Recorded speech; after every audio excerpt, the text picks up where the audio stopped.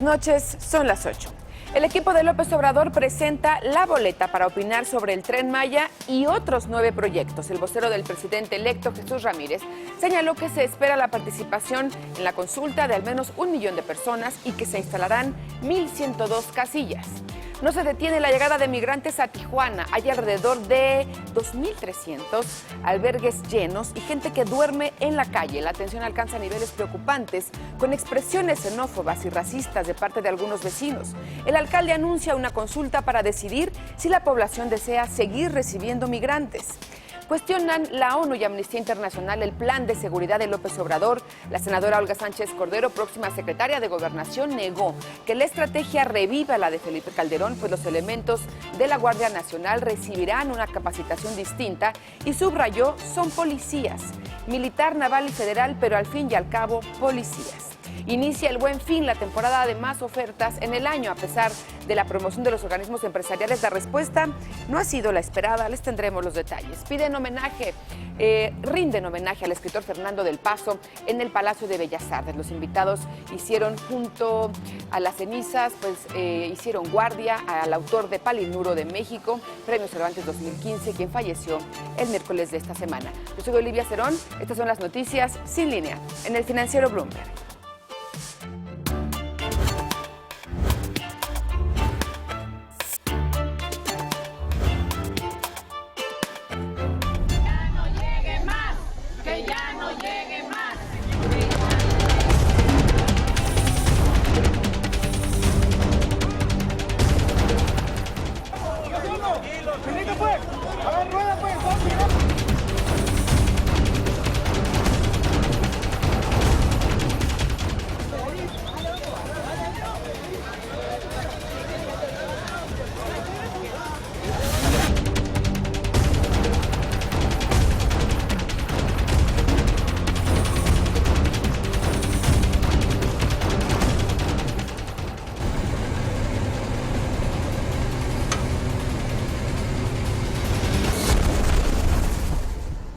Cada vez es más crítica la situación en Tijuana, Baja California. La llegada de migrantes centroamericanos no se detiene. Se calcula que alrededor de un tercio ya de la primera caravana que entró al país en octubre se encuentra en esta ciudad fronteriza con el objetivo de intentar entrar a Estados Unidos para pedir asilo, y más personas siguen llegando. Actualmente hay alrededor de 2,300. Los albergues están al máximo de su capacidad. Hay personas que duermen en las calles. La tensión con los pobladores también está alcanzando niveles preocupantes. Desde que llegó un primer contingente, un primer grupo, se han dado expresiones de rechazo. El miércoles hubo agresiones contra migrantes de parte de vecinos de playas de Tijuana. Anoche, insultos con expresiones racistas y xenófobas. Incluso ya hay un grupo en Facebook en contra de integrantes de la caravana. El propio alcalde, Juan Manuel Gastelum, ha pedido que se les aplique el artículo 33. Hoy anunció que habrá una consulta pública para que la población de Tijuana decida si desea seguir recibiendo a migrantes.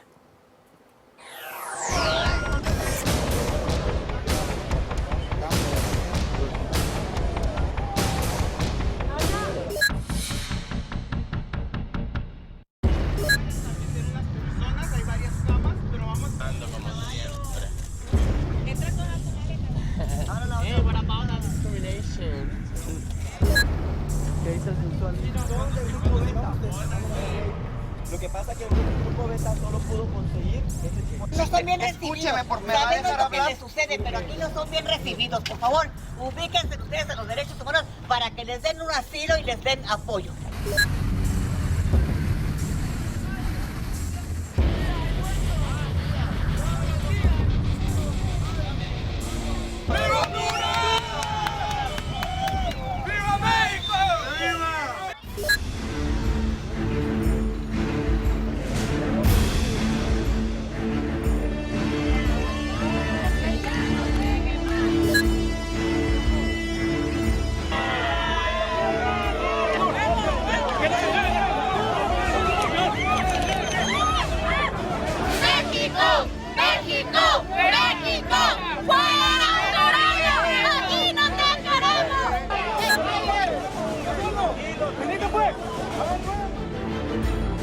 Queremos que se les aplique el 33 constitucional por indeseables. No queremos que estén molestando. Tijuana es una ciudad de migrantes, pero no de esta manera. Yo sigo considerando que los derechos humanos son para los humanos derechos. Bueno, hay un recuento de lo que ha venido ocurriendo, cómo ha ido en aumento la tensión en Tijuana con la llegada de los integrantes de esta primera caravana migrante. Bueno, y luego de la llegada de 1.500 migrantes a la frontera de Estados Unidos con México, ahí en Tijuana, del lado estadounidense comenzó el despliegue de tropas, esto ya se los habíamos comentado, empezaron a instalar mallas ciclónicas con púas para evitar que accedan a ese país. Soldados se colocaron atrás de las mallas. El despliegue hasta el momento es de más de 5,000 efectivos, pero se prevé que la cifra aumente a 15,000. Los puntos más reforzados hasta el momento son en los alrededores de los puentes fronterizos, pero también en las zonas de ríos, donde la barda fronteriza que ya existe no podría contener una entrada masiva de migrantes. Ahí justamente lo que estamos viendo en pantalla es la instalación de doble alambre de púas. Anoche se instaló una primera línea de alambre de púas y hoy por la mañana una segunda línea de alambre de púas. Recordemos que este es el punto pues donde algunos migrantes que llegaron a Tijuana pues han escalado y entonces de esta manera el gobierno de Estados Unidos de Donald Trump pues sigue reforzando la seguridad para evitar que crucen migrantes hacia el otro lado. Y para conocer la situación más a fondo, saludo a nuestro corresponsal en Tijuana, Eliud Ábalos. Eliud, buenas noches. Hola, ¿qué tal, Olivia? Muy buenas noches. Pues efectivamente, como lo señalas, el alcalde Juan Manuel Castelo Buenrostro el día de hoy dio a conocer que se estará preparando ya una consulta para saber si los tijuanenses desean o no que sigan llegando o que se les siga permitiendo la llegada a los migrantes a esta ciudad. La consulta pues implicaría también el hecho de que se pudieran poner retenes e impedirles el paso. O sea, eso es parte de lo que dijo el alcalde el día de hoy. Sin embargo, también hubo mucha molestia de parte de activistas, sobre todo por los comentarios que hizo el alcalde recientemente, en donde señala que los centroamericanos, los migrantes centroamericanos son marihuanos y tienen una conducta inapropiada. Vamos a escuchar una parte de lo que dijo al referirse a la parte de la marihuana. Aquellos que andan fumando marihuana es tanto igual que referirme a aquellos que se andan emborrachando. O sea, los borrachos no se vale, no están en términos de la buena convivencia. Cualquier expresión de diferentes maneras por parte de un servidor público puede ser motivo de una sanción a manera de recomendación o de otra manera por parte de las comisiones estatales y nacional de derechos humanos, porque antes de hablar del artículo 33 de la Constitución hay que recordar y saberse de memoria el primero constitucional, ¿no? Y saber que se llama de los derechos humanos y sus garantías y que obliga a todas las personas en el servicio público a respetar, a garantizar derechos humanos. Y sobre esta situación, la titular de la Comisión Estatal de Derechos Humanos, Melba Adriana Olvera, pues señaló que cualquier funcionario público que haga este tipo de comentarios ofensivos, pues puede ser objeto de algunas sanciones. Escuchemos. Ya habíamos escuchado lo que dijo la titular de la Comisión Estatal de Derechos Humanos. Eliud, justamente pasamos sus declaraciones después de las del alcalde de Tijuana, que son pues muy preocupantes, sobre todo porque hemos visto lo que ha pasado con vecinos, con población que ha tenido expresiones xenófobas y racistas, pero de una autoridad no se puede permitir. Y además, algunos grupos ya se están reuniendo han convocado a una marcha para el próximo domingo para repudiar la caravana migrante. Entonces, pues vamos a estar muy pendientes de qué es lo que sucede aquí. Hay una segunda marcha que están convocando activistas para apoyar a la caravana, entonces vamos a estar pendientes porque puede haber ahí un choque. Esperemos que no se dé de esta manera, pero la situación se está tensando cada vez más y al interior incluso de los mismos migrantes pues hay disputas, hay desesperación, hay preocupación y tristeza también por lo que está pasando en este momento aquí en Tijuana, Olivia. Te agradezco mucho el reporte, como siempre, Eliud. Seguimos muy al pendiente de lo que vaya ocurriendo allá en Tijuana. Muy buenas noches. Buenas noches. Pues muy preocupante, una convocatoria a una marcha el domingo, un alcalde que está convocando a una consulta ciudadana, que ha dicho que hay que aplicarles el 33 a los migrantes, que les ha llamado indeseables, que ha dicho que los derechos humanos sí son para los humanos, pero solo cuando son derechos. Qué preocupante. En la línea telefónica saludo a José María García Lara, él es coordinador de la Alianza Migrante en Tijuana. Muy buenas noches, José María. ¿Qué tal? Muy buenas noches y gracias por contactarme. Pues preocupante lo que está ocurriendo allá en Tijuana. Entendemos la presión que hay ante la llegada de miles de migrantes que no van a poder pasar a Estados Unidos a solicitar asilo. Se ve muy difícil la situación, pero también preocupante lo que está ocurriendo allá en la ciudad. Sí, realmente sí. Mira, desde que la comunidad salió desde su país de origen, de Honduras, y bueno, pasaron los dos países que por paso obligado llegaron a la frontera de nuestro país, que lamentablemente pues bueno, hubo una entrada intempestiva, lo cual creó pues como que un descontento generalizado en todo el país. Ahora que llegan aquí a la frontera, bueno, pues ya han sabido ustedes, desde que llega el primer grupo en 2 autobuses de comunidad LGTBI, y bueno, tuvieron muchos problemas allí, precisamente en playas de Tijuana. Nuevamente llegan después otros autobuses, donde llegan 350 más, y bueno, todos se encaminan porque no quisieron de momento en los lugares que les estaba otorgando el gobierno, el estado y el municipio, y se caminan hacia playas de Tijuana nuevamente, y bueno, pues ocurrieron cosas que no debieron ocurrir, donde hubo otra vez un roce con comunidad de playas de Tijuana, ¿no? Entonces, sí, realmente es muy lamentable ese tipo de acciones, de actitudes, yo creo que de ambas partes, tanto de nuestros ciudadanos que realmente se encuentran pues preocupados y quizás molestos por tanta cantidad de gente que ha llegado y que ha permanecido incluso allá en el paro que estuvo ese día toda la noche, y que pues se creó un momento de tensión muy fuerte por parte de nuestra gente de aquí de Tijuana, como de comunidad que venía pues a permanecer, y que yo sabemos perfectamente que como organizaciones pues van a permanecer largo tiempo, ¿no?, aquí en la frontera. Sí, por lo menos, o sea, varios meses, José María, van a estar ahí en lo que intentan pues pasar a Estados Unidos a solicitar asilo. No, esto no son procesos, digamos, rápidos, y probablemente muchos se queden. Entendemos que la preocupación que hay. Quisiera preguntarte si se había sentido una tensión de este tipo antes, en otras ocasiones, porque Tijuana tiene una historia de recibir migrantes que no es nueva. Recordamos hace poco cuando llegó un grupo de haitianos muy numerosos. Sabemos que hay ya migrantes centroamericanos que están ahí también, pero no habíamos visto, o al menos yo no lo recuerdo, por eso te lo pregunto, que se hubiera llegado a estos niveles de tensión.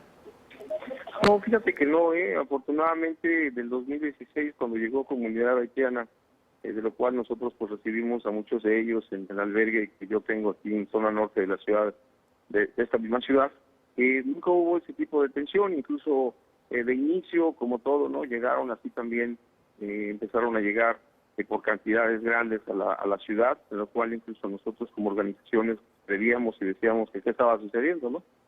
Sin embargo, bueno, después todo se coordinó con los 3 órdenes de gobierno para poder atenderlos, y ya de los diferentes albergues por coordinarse con el Instituto Nacional de Migración, con el Grupo Beta, que fue el que tuvo la coordinación ya con el municipio y el estado para poder acomodarlos e irlos acercando a la línea internacional de los diferentes albergues que existen, y algunos otros más que se sumaron para poder apoyarlos y acercarlos a la línea internacional.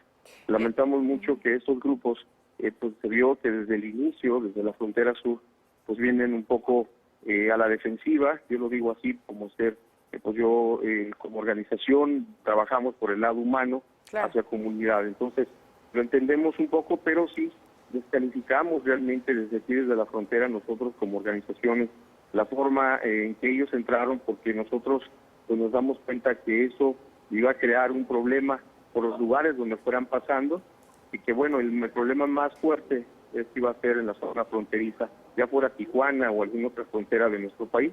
Y bueno, pues le tocó a Tijuana, ¿no? Porque se sabe, y también nosotros lo hemos mencionado, que es el estado más seguro de los 5 estados fronterizos. Sí. Y bueno, pues ellos deciden venirse a la frontera, y mira lo que ha sucedido. Lo que sí tenemos que puntualizar, una cosa muy importante, es que curiosamente, desde la frontera sur, con esos grupos que han venido haciendo este tipo de acciones de mal comportamiento, no fueron incluso retenidos por las mismas autoridades para que no vinieran creando problemas incluso hasta de inseguridad para la misma comunidad, que muchos de ellos son mujeres y niños.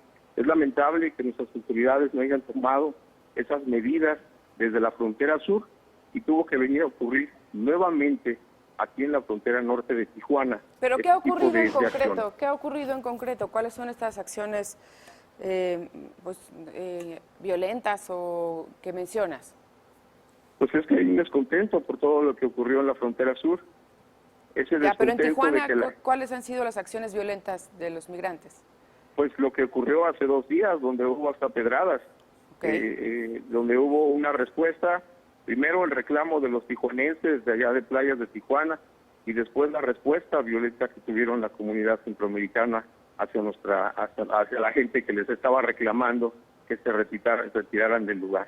Eso fue el encontrón, o fue el roce que tuvieron de con ambas nuestra partes. gente aquí en la frontera, de ambas partes, claro. Sí. Bueno, pues muchísimas gracias, José María García Lara, coordinador allá de Acción Migrante. Gracias por tomarnos la llamada. Buenas noches. Buenas noches. Bueno, pues así están las cosas en Tijuana. Vamos a ver qué ocurre el fin de semana. Decíamos, el domingo está convocada una marcha en contra de la caravana. Ya les estaremos informando. La Secretaría de Gobernación, por cierto, informó que se instaló en Baja California una mesa interinstitucional para la atención de la caravana migrante. Según la Segob, esta mesa está conformada por autoridades federales, estatales y de Estados Unidos también, quienes van a coordinar acciones de ayuda humanitaria para estas personas de Centroamérica. La primera sesión, celebrada en el Centro Cultural de la Legalidad de Tijuana, contó con la presencia del gobernador de Baja California, Francisco Vega, de la Madrid, y del comisionado de Aduanas y Protección Fronteriza de Estados Unidos, Kevin K. McCallinan. Los funcionarios coincidieron en que es fundamental el apoyo y la participación de las autoridades federales con recursos y programas para hacer frente a la llegada extraordinaria de migrantes centroamericanos a esta ciudad fronteriza. Mientras tanto, en Sonora, 2 camiones que transportaban aproximadamente 70 migrantes fueron detenidos por elementos del Instituto Nacional de Migración con la finalidad de deportarlos hacia sus países de origen. El delegado de Migración en Sonora, Vladimir Becheret Ruiz, ordenó el operativo que se dio al norte de Hermosillo durante la madrugada de este viernes y en el que participaron, además de agentes migratorios, policías federales. De acuerdo con un comunicado de la Comisión de Gestión y Diálogo del Éxodo Centroamericano, elementos de seguridad utilizaron la fuerza durante este operativo. Luego del mismo, los migrantes fueron trasladados a Hermosillo y posteriormente se les llevó a la frontera con Arizona, en específico a Agua Prieta, donde permanecen en un centro especial de detención para migrantes. Aquí en la Ciudad de México, la segunda caravana de migrantes, integrada por más de 1,000 personas, salió este viernes del albergue que está ubicado allá en la ciudad deportiva de la Magdalena Mixhuca, rumbo a Querétaro para continuar su camino hacia el norte, hacia Tijuana, Baja California. Autoridades capitalinas informaron que aún continúan en el albergue alrededor de 1,500 personas, la mayoría de origen salvadoreño, que se desconoce hasta cuándo van a permanecer en la ciudad. Ahí vemos imágenes de la partida esta mañana de este contingente de la segunda caravana que sigue en su camino, su ruta hacia el norte del país.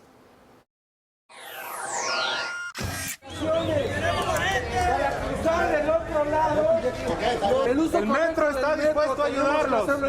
Nada más necesitamos orden. Orden, vamos, y está agarrado el hombre.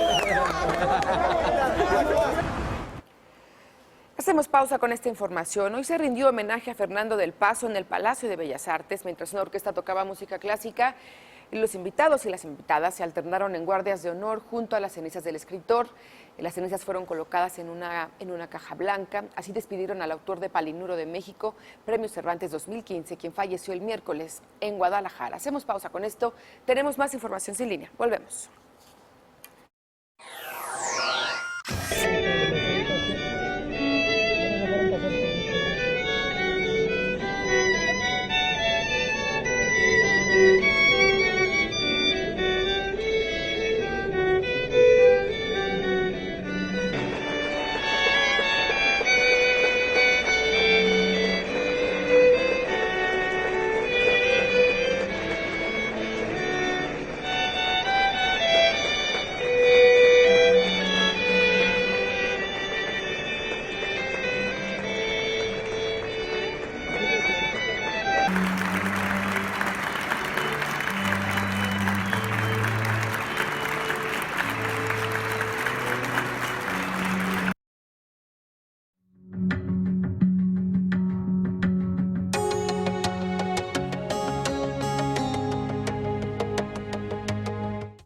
Historias de mexicanos que conquistan la ciudad de Nueva York. Lo mejor de esta temporada en La Manzana Mexicana. Este sábado 17 de noviembre, 10 de la noche.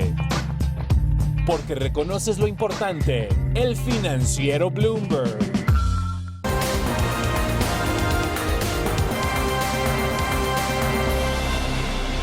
Los demócratas tradicionalmente son más críticos, más escépticos de los tratados de libre comercio. Además es un tratado que el presidente Trump lo ha presentado como un gran logro de su administración y yo creo que lo es. Entonces lo van a querer castigar. Entonces se va a retrasar porque va a haber mucha discusión. Pero por otro lado, yo veo, he estado muy metido en todo esto, constato que la opinión pública en Estados Unidos, desde las grandes empresas, pequeñas empresas, representaciones sectoriales, grupos representativos de consumidores, todos han aumentado su apoyo al nuevo tratado, e incluso también gobernadores por todo Estados Unidos. Entonces yo pienso, espero, que difícilmente los demócratas van a tumbar el tratado. Saldrá adelante, pero después de una muy saludable, significativa discusión. Yo calculo que la segunda mitad del próximo año.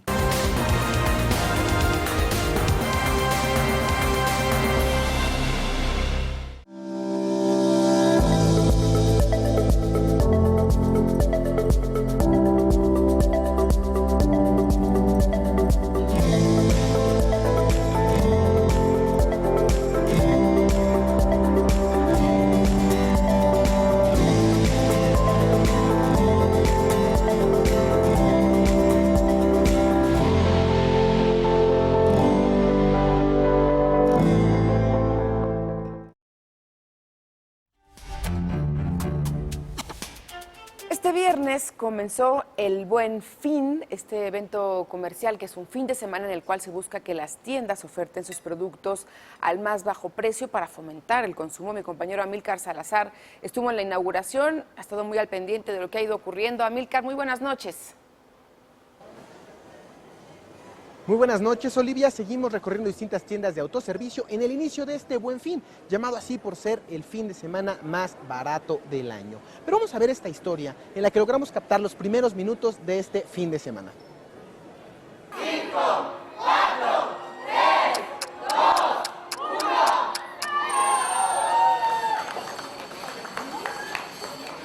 1. El refrigerador costó 15,300 y nos lo bajaron a 12,300, como 3,000 pesos menos. Este, no sé, la que sabe, ¿cuánto costó este? No tengo idea del calentador. En 10 minutos, Ramiro compró un refrigerador y un calentador. Fue uno de los primeros clientes del Buen Fin. Lo más buscado, ropa, pantallas, calzado, teléfonos celulares y electrodomésticos. 52 millones de operaciones, 100,000 establecimientos y muchos meses sin intereses.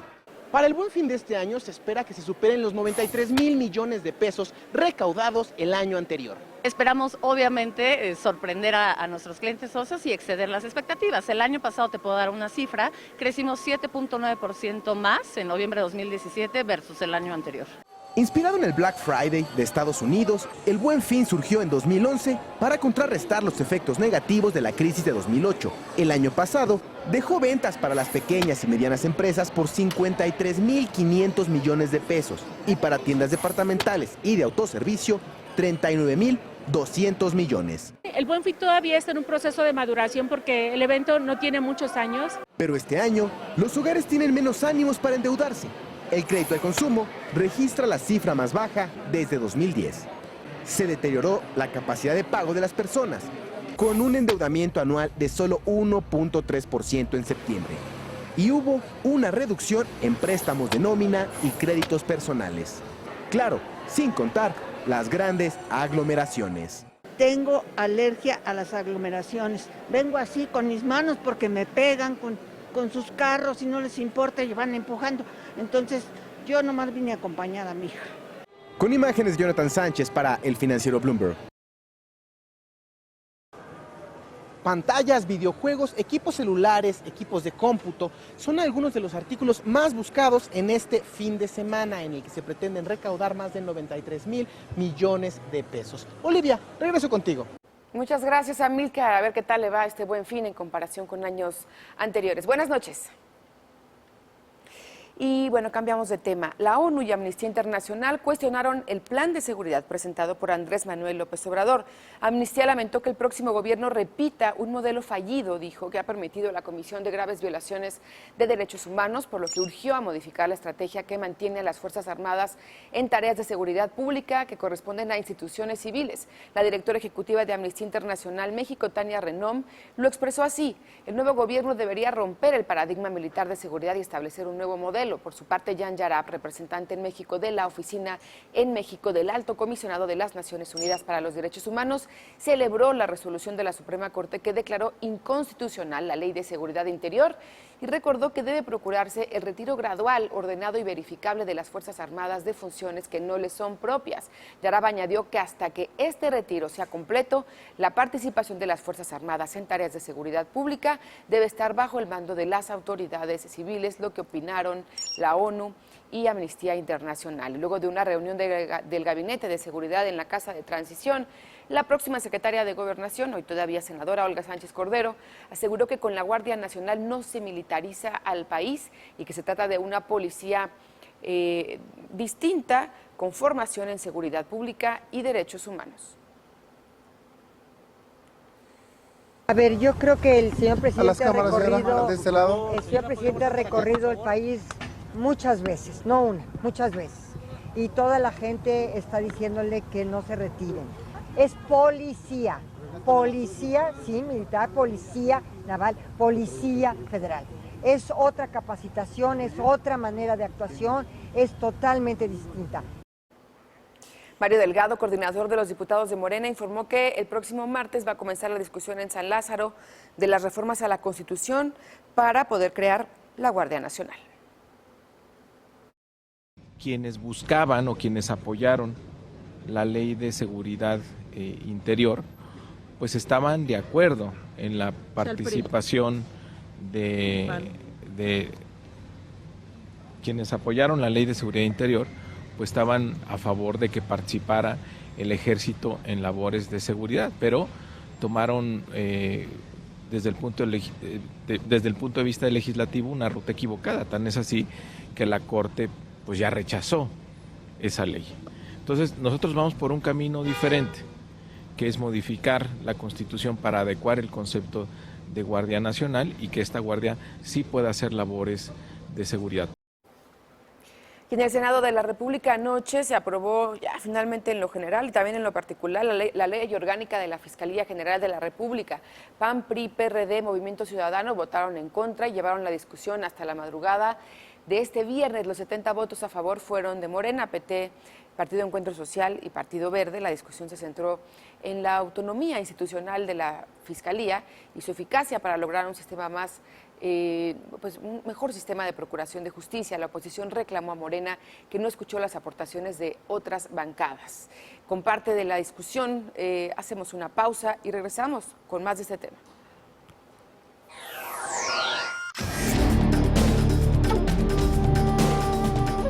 Démosle a este país de una vez por todas una fiscalía autónoma, que no haya la tentación de que el presidente persiga a sus adversarios políticos. Y no se vayan con la finta de que todo lo que está en Morena no estaba en el PRD. No solamente queremos una fiscalía que proteja los derechos humanos de las mujeres, sino que por primera vez en la historia se está contemplando una fiscalía de niñas, niños y adolescentes como no había habido nunca, nunca. Les faltó generosidad. De 84 artículos, 15 renglones, que hace rato decía cuáles fueron, y se queda en nada. No tú, no yo. Una mujer cuando es violentada, por supuesto, está en una vulnerabilidad que hay que protegerla reforzadamente. Por eso. Yo aquí tengo que confesar que yo fui una mujer violentada muy fuerte desde mi casa. De verdad, el alcoholismo, la violencia hacia las mujeres lo viví en carne propia.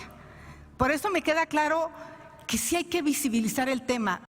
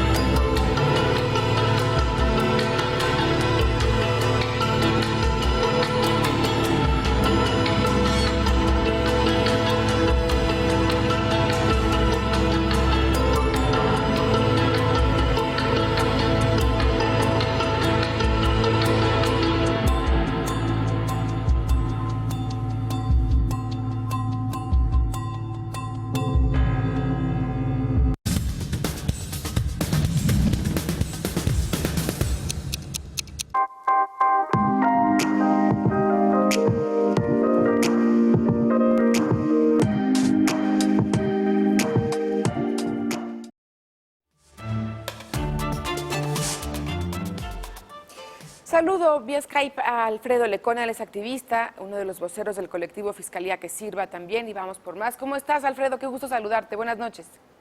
Hola, Olivia, buenas noches. El gusto es todo mío. Pues qué momento, Alfredo. No sé ni por dónde empezar esta conversación. Ayer dábamos a conocer que el colectivo Fiscalía que Sirva pues rompía de alguna manera o retiraba su apoyo a este dictamen de que crea la ley orgánica de la Fiscalía General. El reclamo desde el colectivo era que había habido un rechazo de parte del presidente electo, de su partido Morena, a modificar la Constitución para lograr una plena autonomía e independencia de la próxima Fiscalía, pero no había habido esa, y sin embargo, ahora se proponía modificar la Constitución, pero para crear una Guardia Nacional y que se quedaran los soldados haciendo labores de policía en las calles. Es correcto. Yo más que no respaldar el dictamen propiamente, porque fue un dictamen un proyecto de ley orgánica que era necesario para crear la Fiscalía, que se construyó con el gobierno electo en 15 mesas de trabajo, donde el planteamiento inicial, ustedes recordarán, y el auditorio recordará, que hubo un conflicto, por decirlo de alguna forma, un diferendo público con Andrés Manuel López Obrador cuando recién ganó la elección, porque pues mantuvimos la demanda de lo que nosotros consideramos que era necesario, que era reformar el artículo 102 de la Constitución, lo cual sostenemos, para poder corregir los vicios, la totalidad de los vicios de la reforma de 2014. Ya se corrigió el pase automático que pretendían imponer el PRI y sus aliados el año pasado para hacer a Raúl Cervantes el primer fiscal general de la República, pero todavía había muchos vicios de origen, como la designación misma, el proceso de designación del nuevo fiscal general. Nos dijeron que no, porque el discurso de Andrés Manuel López Obrador era que no iban a hacer reformas constitucionales en los primeros 3 años. Ajá, entonces, ninguna, de ningún tipo, y de hecho en las mismas mesas de trabajo con el gobierno electo y los legisladores de Morena, pues acordamos que más allá de la del 102, que sostenemos que tiene que ser necesaria, iban a revisarse todas las reformas legales y constitucionales pendientes a lo largo del siguiente año. O sea, llegaron a puntos de coincidencia, ¿no? A muchos puntos de coincidencia, pero siempre mantuvimos esta cosa de es necesario reformar el 102, ¿no? La ley orgánica se hizo porque no hay versión de esta historia con o sin reformar el 102 en la que no se necesita una ley orgánica. Claro. Entonces, pues no solo lo que presentó Andrés Manuel López Obrador el miércoles con este plan de mal llamado plan de seguridad y paz. Yo digo abiertamente que es un plan de guerra porque está militarizando la seguridad pública y la Procuración de Justicia, llevando este concepto de la Guardia Nacional, como lo tienen planeado, no como ahorita está en la Constitución, a la Constitución, a una reforma constitucional. Sí. Hace apenas 3 días, estábamos el martes celebrando que algún giro dio la Corte en las señales que estaban dando respecto a la Ley de Seguridad Interior, que representa esa perpetuación de la estrategia de militarización. Nos quedamos esa vez a 6 votos y entre el martes y el jueves llega este disparate, porque eso es un disparate de perpetuar la estrategia de militarización, la estrategia de seguridad fallida que han llevado a cabo los últimos 2 sexenios. Y no solo eso, o sea, antes contábamos sí con la presencia irregular, o estamos contando con la presencia irregular de las Fuerzas Armadas en la calle, ilegal o inconstitucional, como ya dijo la Corte. Y estamos pasando de, pues, si les estorba a Morena y a la gente de Andrés Manuel la Constitución, pues la van a reformar. Y no solo para mantener labores de seguridad pública abiertamente, porque justo el tema con la Ley de Seguridad Interior es que pretendían hacer un fraude a la Constitución, como dijo el ministro Saldívar, y disfrazar las labores de seguridad pública por inconstitucionales en manos de Fuerzas Armadas como de seguridad interior. Esa intentona se cae. Y entonces ahora están diciendo, bueno, pues no solamente la seguridad pública, sino también funciones ministeriales. También la Procuración de Justicia podría caer en parte a manos de las Fuerzas Armadas. Esto es completamente propio de un régimen no democrático y contra natura de un proceso de pacificación como el que se anunció. Todo se cae, obviamente, cuando nos dicen que nos habían dicho que no iban a reformar la Constitución, porque no era la prioridad, no existía la condición política en el equipo de Andrés Manuel y sus legisladores, y ahora nos salen con esto. Y luego hubo un cambio, Alfredo, porque Alfonso Durazo, el próximo secretario de Seguridad Pública, pues no hace mucho que todavía sostenía que esa idea de la Guardia Nacional pues no se iba a llevar a cabo, ¿no? Y de repente la sorpresa fue que siempre sí iba la Guardia Nacional. ¿Qué piensas de pues reacciones que ha habido? Por ejemplo, hace un momento presentábamos lo que dijo Olga Sánchez Cordero el día de hoy, en el sentido de que son policías. Dijo, sí, son policías militares, navales, federales, pero son policías. Puso mucho énfasis en subrayar esto y decir que van a recibir una capacitación distinta para que puedan hacer las labores a las que se les va a destinar. Por otro lado, también presentamos lo que dijo Mario Delgado, que Mario Delgado lo que dijo es la Ley de Seguridad Interior iba en una ruta equivocada y así lo dejó claro la Suprema Corte de Justicia de la Nación. Este es un camino diferente, refiriéndose a la próxima Guardia Nacional. No, pues definitivamente todo esto es disfrazar la guerra, ¿no? O sea, insisto, le decían seguridad interior a la misma estrategia de militarización, ahora le llaman Guardia Nacional, le pueden decir ejército de paz, le pueden poner lo que sea. Las Fuerzas Armadas no están capacitadas y su naturaleza no es llevar a cabo labores de seguridad pública. Y claro que sale siempre, en los últimos 2 días han dicho esto de no son soldados, no es tropa, lo ha dicho Alfonso Durazo, ¿sí? Es policía militar y naval. Pues yo nada más quisiera saber por qué nadie le ha explicado al futuro secretario de Seguridad Pública qué pasó en Palmarito. Porque Palmarito es un caso en el que quienes incurrieron en graves violaciones de derechos humanos, como lo mencionó la CNDH, fue policía militar. Entonces, parecía que habían entendido, o eso nos hicieron creer, ahorita que mencionabas esto de que hubo un primero sí, un primero y un después no, y al final siempre sí. Son 3 momentos, Olivia. Yo creo que esta decisión, es una hipótesis, pero yo creo que esta decisión se tomó la de militarizar el país, la seguridad pública, desde el 20 de noviembre del año pasado, cuando nos presentó Morena su proyecto de Nación 2018-2024, que recordarás que contemplaba ley de seguridad interior, cuando todavía no estaba aprobada. Luego se aprobó en diciembre, viene el momento electoral donde la sacan, la propuesta de Guardia Nacional de forma muy escueta, jamás se atrevieron a decirnos que era reformar la Constitución. Imagínate lo que hubiera sido eso en la elección. Lo callaron. Y el tercer momento es el momento postelectoral, donde Alfonso Durazo, yo te lo puedo decir, porque yo estuve en esa reunión, sí, a varios integrantes de Seguridad Sin Guerra nos dice que ya no van a avanzar en esa propuesta de Guardia Nacional porque precisamente se requerían hacer cambios a la Constitución y no estaban en ese sentido dispuestos a hacerlo. Pero ¿qué venía, qué proceso venía en agosto? Pues los foros de paz. Imagínate lo que hubiera sido que ponerles esta propuesta a las víctimas, cuando todo lo que vino diciéndose era no a la militarización. Creo que le hicieron un bypass a los foros de paz para legitimar su plan o su proyecto de paz y seguridad, y mira con lo que nos salieron antier. Pues te agradezco mucho estos comentarios para Sin Línea, Alfredo, y vamos a ver pues qué es lo que va ocurriendo. Ya también decíamos, la estrategia fue cuestionada ya por Amnistía Internacional y por la ONU. Vamos a ver qué sucede. Gracias, buenas noches. Gracias a ti, Olivia, buenas noches. El presidente electo incluso dijo que a él no le encanta, pero que es lo que se puede hacer, ahora. El próximo vocero de la presidencia, Jesús Ramírez, presentó la hoja en la cual los ciudadanos van a poder participar y expresar su apoyo o rechazo al Tren Maya y a otros 9 proyectos del gobierno entrante, entre los que se encuentra, como ya decía, este proyecto del sureste, el Tren Maya, la nueva refinería en Dos Bocas, Tabasco, entre otras. A través de sus redes sociales, el presidente electo Andrés Manuel López Obrador pidió ayuda a sus seguidores para la difusión de esta consulta múltiple que se va a realizar la próxima semana. ¿Por qué la consulta? Bueno, porque nuestros adversarios, los conservadores,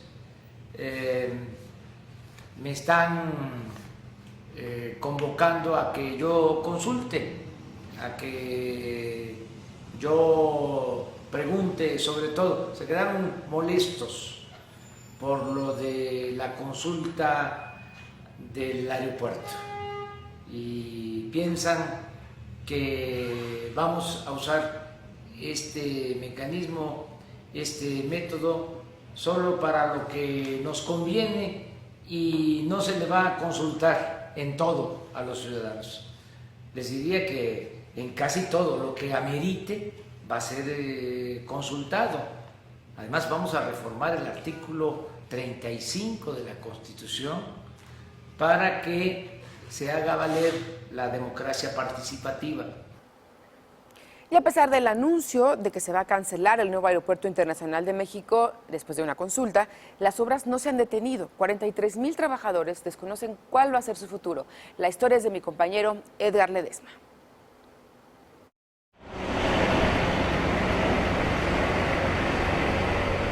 La cuestión aquí es que pues ahorita nosotros como mamás solteras pues no la vemos, más difícil aún, ¿no? Porque no como quiera vamos a encontrar un trabajo con un sueldo. Así descuidamos a los hijos de alguna manera pues por venir a trabajar y todo, y no sabemos si nos van a pues a dar, no sé, un finiquito o algo. Gabriela Durán tiene 4 hijos, 3 dependen de su trabajo en la obra del nuevo Aeropuerto Internacional de México, a punto de cancelarse en Texcoco. Mi hija, la mayor, se llama Mayrani, la que le sigue se llama Fanny, y el niño que tengo yo se llama Ethan.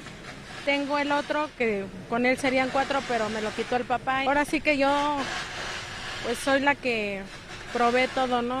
Pagamos renta, en cuestión de escuela. 43,000 trabajadores continúan laborando. Bueno, pues la necesidad, ¿no? Yo me separé del papá de mis hijos y pues me quedé sin nada y sin papeles. A 15 días de su inminente cancelación, autoridades del grupo aeroportuario afirman que aún no hablan con los contratistas sobre la finalización de la obra. Si algún contratista disminuyera su ritmo de trabajo, nosotros tendríamos que sancionarlo. Bueno, ellos siguen trabajando normalmente porque mientras no se les dé ninguna indicación contraria, pues estarían en falta. La necesidad te hace que aguantes porque en casa te esperan tus hijos. Por la cancelación del nuevo Aeropuerto Internacional de México, el gobierno de López Obrador tendrá que pagar 120,000 millones de pesos. Con imágenes de Rodrigo Díaz para el financiero Bloomberg, Edgar Ledesma. Bueno, pues así están las cosas en las obras que van a ser canceladas, como ya se sabe. Raimundo Rodríguez, su procurador de verificación de la Profeco, dijo que se debe reembolsar a los aficionados que compraron boletos para el partido de la NFL que se realizaría en el Estadio Azteca el lunes 19 de noviembre y que al final fue cancelado por el mal estado del pasto en el campo de juego.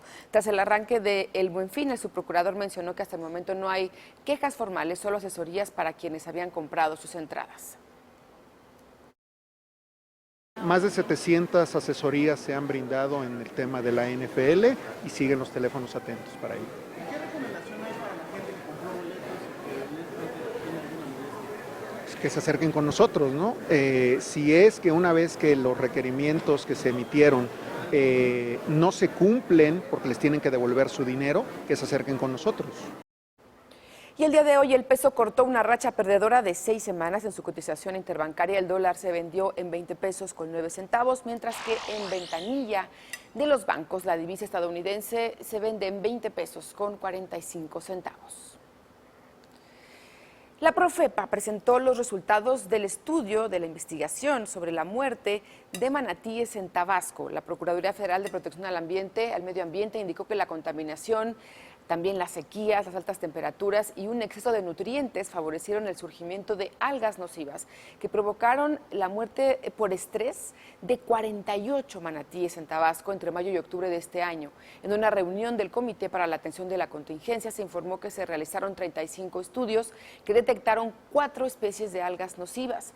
También se hallaron metales pesados, aunque los niveles eran inferiores como para ser considerados peligrosos. Más del 70% de los cadáveres correspondían a la edad juvenil de los ejemplares. El 68% de los casos ocurrieron en las zonas de los vitzales.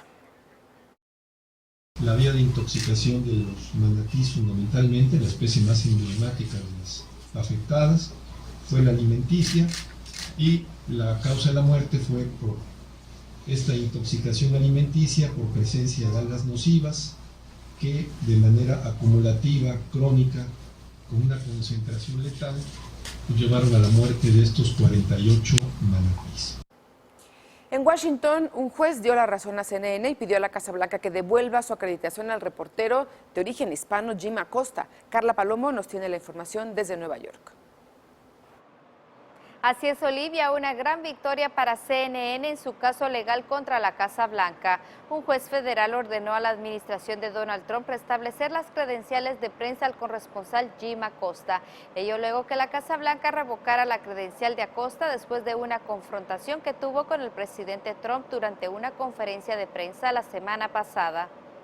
Tras el incidente, la cadena de noticias entabló una demanda que llamó la atención de organizaciones de medios y defensores de los medios, incluyendo Bloomberg LP, que presentó un escrito de amigo del tribunal en apoyo a CNN.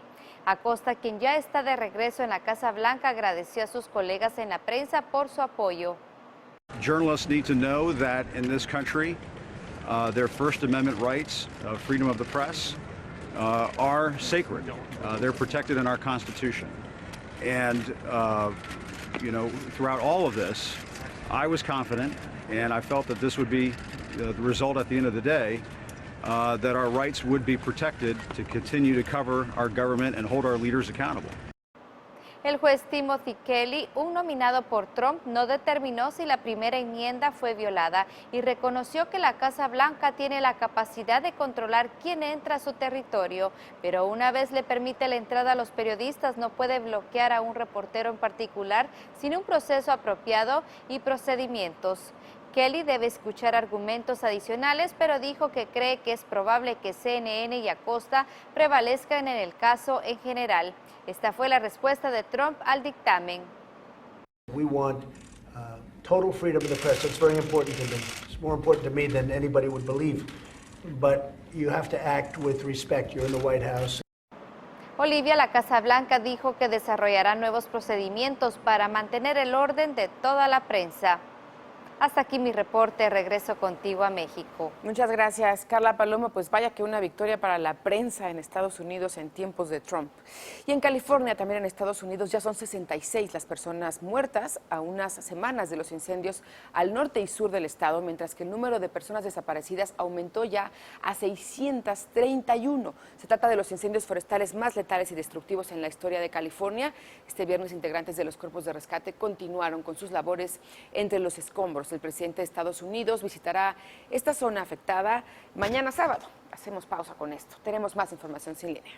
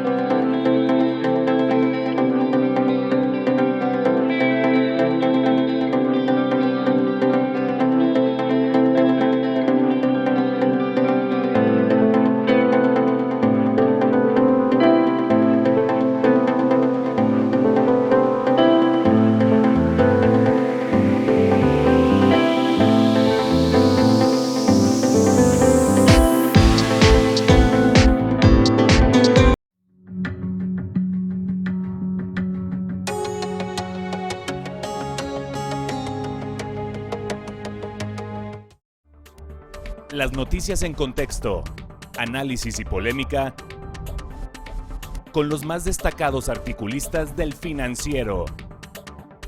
Al cierre, lunes a jueves, 9 de la noche.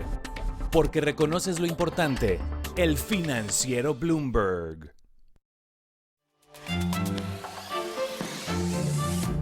La primera ministra británica, Theresa May, designó a Stephen Barclay como ministro para el Brexit tras la renuncia de varios funcionarios que han expresado su rechazo al acuerdo de separación de la Unión Europea. David del Río nos tiene los detalles. El gobierno británico se tambalea por el acuerdo del Brexit. La semana que termina ha sido la más dura de la primera ministra británica Theresa May desde el inicio de su mandato hace 2 años. Al menos 6 altos funcionarios de su gobierno, entre ellos el propio secretario encargado del Brexit, han dimitido en las últimas horas. Sus socios de gobierno de Irlanda del Norte amenazan con retirarle sus apoyos y ya hay una campaña en el seno de su partido, del ala más conservadora, contra ella para echarla del puesto. Todo por el acuerdo que May ha alcanzado esta semana con la Unión Europea para llevar a cabo el Brexit, que May afirma que va en el interés de su país. Yes, difficult and sometimes uncomfortable decisions have had to be made. I understand fully that there are some who are unhappy with those compromises. But this deal delivers what people voted for, and it is in the national interest. And we can only secure it if we unite behind the agreement reached in Cabinet yesterday. Pero el acuerdo de salida del Reino Unido de la Unión Europea, alcanzado luego de complicadísimas negociaciones, no satisface a nadie en el Reino Unido, sobre todo a los partidarios del Brexit. El acuerdo permitiría que el Reino Unido saliera el 29 de marzo de 2019 de la Unión Europea, pero supone dolorosas concesiones para los favorables al Brexit sobre la frontera de Irlanda del Norte y la Unión Aduanera. Los pro-Brexit consideran que el Reino Unido seguirá siendo vasallo de la Unión Europea con este acuerdo. Well, today Theresa May is going to sell us out. She's created a deal, concocted a deal, which doesn't represent what we voted for. We voted to leave the customs union, the single market, and anything that represents that. We voted to be an independent country, and that is what we will have. There is an awful lot of concern about what it actually means overall, and that we will be taking instructions from Brussels on a lot of our laws without any say in them, and nobody voted for that at all. I know I didn't, and I'm sure a lot of those people, most of those people across the road didn't either. Por el momento, Theresa May resiste las críticas, pero a duras penas, y la semana que viene no será precisamente de tregua. La jefa del gobierno británico está amenazada con tener que superar una moción de confianza. En la prensa europea ya se habla de 9 sustitutos, 7 hombres y 2 mujeres de su partido, la mayoría de ellos ultraconservadores y antieuropeístas. También aumentan las presiones para celebrar un segundo referéndum sobre el Brexit, que según las encuestas rechazaría gustaría que Londres saliera del bloque, pero May se muestra inflexible en rechazarlo. Con esta información nos despedimos. La cantante catalana Rosalía superó a personajes de la música urbana, del reggaetón, como J Balvin y Daddy Yankee, al ganar 2 premios Latin Grammy con su tema Malamente. Y bueno, con este tema se colocó además nominada en las 5 categorías principales de la premiación. Al final se llevó 2. Nos despedimos escuchándola con este estilo que tiene ella de música flamenca, con hip hop, con pop, algo muy particular. Que tengan un muy buen fin de semana y yo los veo de regreso el lunes a las 8 de la noche aquí en Sin Línea. Adiós.